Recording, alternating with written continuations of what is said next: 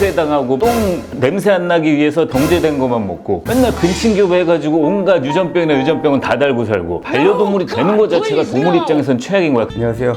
킹무법인 요한의 컨셉 토론에 오신 것을 환영합니다. 저는 사회를 맡은 유달준 변호사입니다. 오늘의 주제는 바로 이겁니다. 오늘의 주제, 반려동물 보유세 찬성한다 대 반대한다.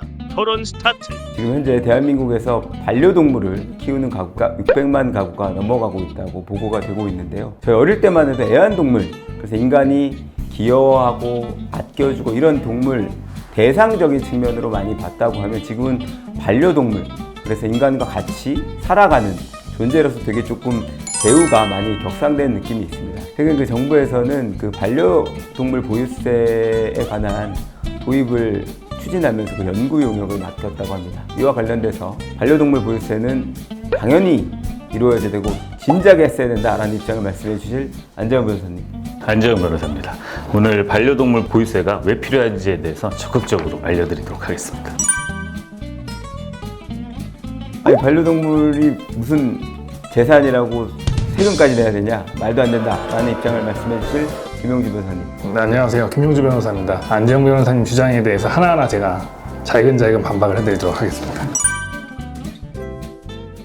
일단 지금 나오고 있는 논의를 좀 보면 반려동물 보유세를 매겨야 된다라고 하는 근거는 크게 두 가지 정도로 볼 수 있어요.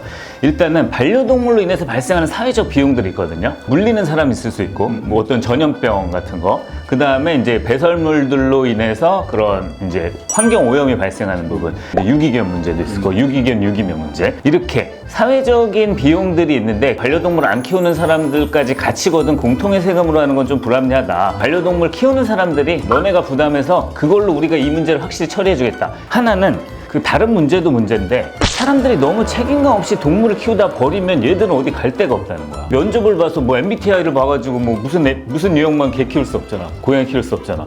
그러면은 최소한의 이렇게 보유세를 매기면 이 정도 금액을 지불할 수 있는 사람은 최소한의 진정성이 있고 책임감이 있을 거니까 이렇게 동물들을 무책임하게 키우는 행위가 줄어들 거다.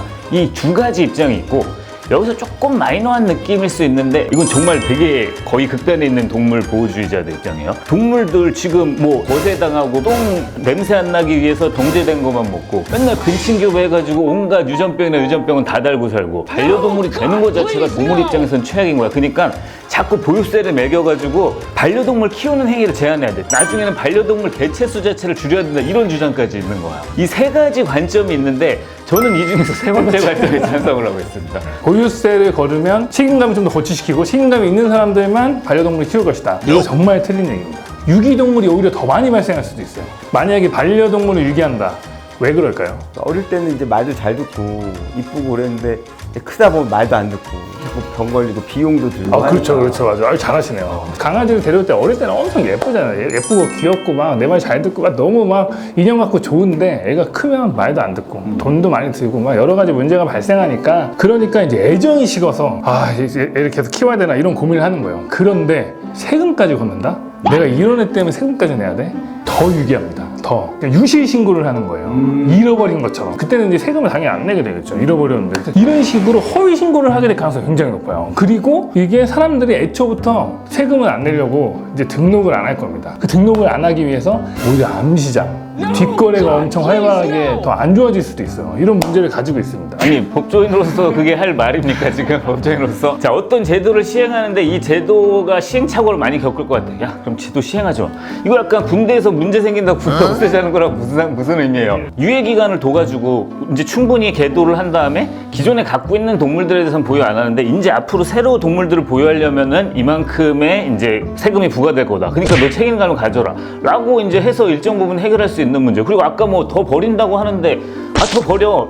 돈 걷어서 처리해 주겠다니까? 근데 이제 아까 반려동물 보유세 찬성의 입장에서 동물 보호주의자 입장에서 얘기하는 거는 반려동물 보유세랑은 조금 궤를 달리하는 거 아니에요? 어찌됐든 키우는 것 자체가 아이에 대한 탄압인데, 반려동물에 대한 탄압인데 보유세를 낸다고 해서 탄압이 아니게 되는 건 아니에요? 아니 그러니까는 보유세를 내면은 사람들이 부담스러워서 점점 개를 안 키울 거라는 거야. 그럼 자꾸 그걸 높여야 된다 생각하는 건가요? 진짜로 걔는 그런 입장들이 있더라고. 진짜 동물 보호 단체 중에 이 사람들은 점점 늘려서 전체적으로는 사회에서 사육되는 동물들의 수를 줄이자. 애완 동물들의 수를 그렇게라도 줄여서 고통받는 동물들을 좀 해방시켜줘야 된다. 이런 입장이 있더라고. 저는 약간 그런 생각도 하는 게 오히려 이 동물들이 그 인간 아래서 되게 정상적으로 양육이 되고 키워지고 관리를 잘 받을 수 있으면 애들이 개체수를 좀 어느 정도 유지해가면서 쭉 이게 관리가 가능하다고 생각해요. 모든 사람들이 진짜 얘네들을 안 키우고 야생에만 이렇게 던져놓고 야생에서 알아서 살아남아라 이런 식이 돼버리면은 나중에는 이게 멸종이 될 수도 있지 않을까. 저는 오히려 그런 생각도 하거든요.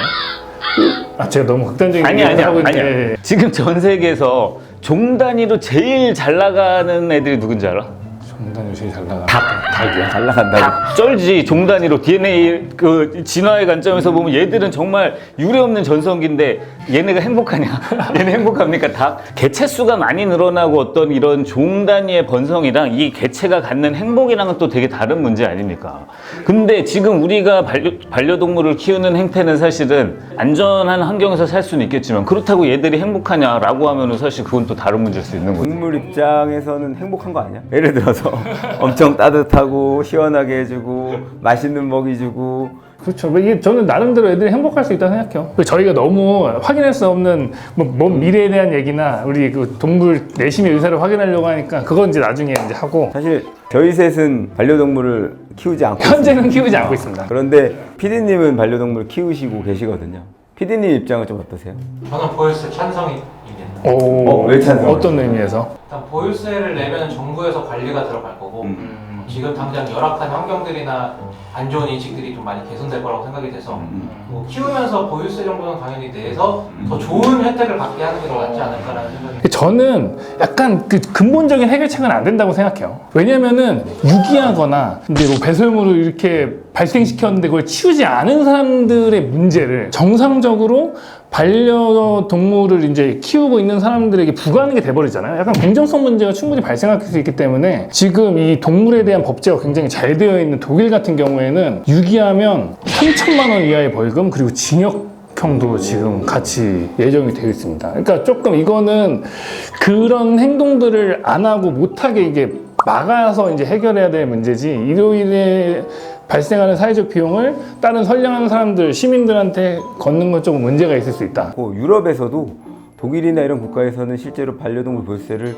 부과하고 있고 또 영국에서는 부과를 했다가 현재는 폐지가 되어 있는 상태입니다. 맞아. 그것도 말씀드리려고 했었는데 네덜란드 약간 이렇게 관리가 돼요. 거기는 그래도 등록이 되게 잘 돼 있어요. 반려동물이 어느 집에 몇 마리가 키우고 있다. 근데 가끔 이제 애를 낳았는데 신고를 안 할 수도 있잖아요. 이제 그것 때문에 이제 조사관들이 각 집에 막 찾아다니면서 진짜 신고된 대로 키우고 있는지 세금 제대로 내고 있는지 그거 다 일일이 확인한다고요. 옛날 인구조사 하듯이. 그리고 예를 들어서 옆집에서 제가 알기로는 뭐 안 키우고 있는데 어느 날 갑자기 막 개 죽는 소리가 막 나. 그러면은 당국에 관계된 거 신고해가지고 세금 제대로 내고 있는지 확인 좀 해주세요. 그러면 또 출동해가지고 다 일일이 확인해야 돼요. 지자체에서 관리를 하고 있긴 한데 사실 이런 것도 뭔가 세금을 부과하기 위한 또 비용인 거죠. 또 다른 비용인 거죠.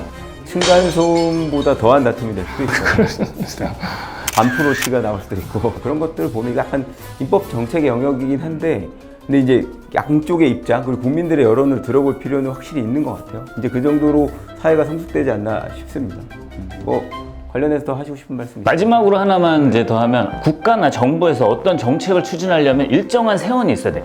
과태료를 많이 때려봤자 이거 1년에 몇 명이 적발돼서 얼마나 들어올지 이 수입이 불균형하면 정부 입장에서는 이 재원을 가지고 어떤 일관된 정책을 추진하기가 되게 어렵거든요. 근데 보유세를 거두면 대략의 재원이 추정이 돼서 정부가 여러 가지 일관된 관리나 정책들을 펼 수 있다는 거. 그래서 이제 하나 장점이 있고 아까 말한 유기에 대해서 뭐 벌금을 세게 하면 그 무슨 소리? 너 누가 벌었어? 물어볼 거야? 너 엄마 누구야? 이렇게 물어볼 수 없잖아. 수사기관이 잘 돌아가는 건 가해자 피해자를 다 신문을 할 수 있으니까는 이게 돌아가는 건데 걔에 대해서는 물어볼 수가 없으니까 유기에 대해서는 적발 자체가 어렵단 말이에요. 사실 이게 뭐 진짜 징역 7년을 한들 이게 누구 갠지가 알 수가 없으니까 그렇기 때문에 그래 버릴 사람은 버리되 보유세를 걷어서 이걸로 우리가 버린 개들을 잘 케어하겠다라는 어프로칭이 더 맞지 않나 싶습니다. 반려동물을 지금 키우는 반려인들의 뭐 대부분이 사실 이 보유세에 대해서 찬성을 많이 하세요. 우리가 뭐 보유세 내겠다. 다만 이제 그만큼 내가 이제 이 반려동물을 키우면서 발생하는 문제에 대해서는 좀 정책적으로 보장을 해달라. 뭐 이런 얘기 많이 하시거든요. 좀 그런 부분만 조율이 좀 잘 되면은 뭐 사회적으로 좀 합의를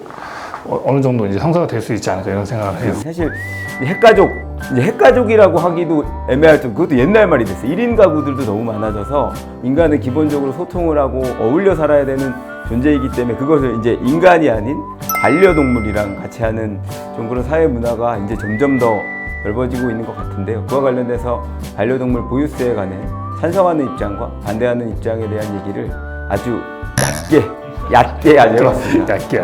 재미는 재미로 봐주시고요. 하여튼 다음 주에는 저희가 또 새로운 주제를 준비해서 다시금 돌아오겠습니다. 감사합니다.